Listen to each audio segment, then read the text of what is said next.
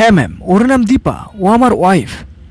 দীপাকে ছাড়া সূর্য কোনো মতেই খাবার খেতে চায় না। আবার এইদিকে মিসেস দাসও চায় না দীপা সূর্যকে খাইয়ে দিক। তাই মিসেস দাস যখন সূর্যকে ঔষধ খাইয়ে দিচ্ছিল তখন দীপা উকি মেরে দেখে, আর মিসেস দাস চলে গেলে দীপা ভেতরে প্রবেশ করে একটা ভাতের প্লেট নিয়ে সূর্যকে খাইয়ে দেওয়ার উদ্দেশ্যে। দীপাকে দেখে সূর্য খুব খুশি হয়, সে খুব খুশি মনে দীপার হাতে ভাত খাচ্ছিল।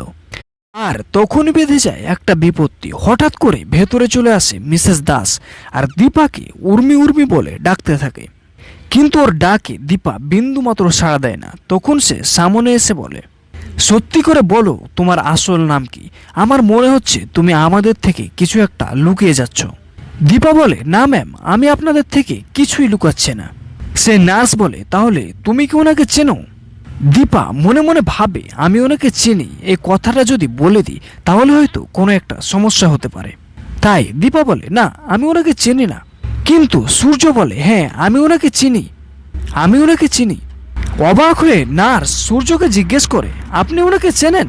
তাহলে বলুন তো উনি কে? সূর্য বলে, হ্যাঁ ম্যাম, ওর নাম দীপা, ও আমার ওয়াইফ।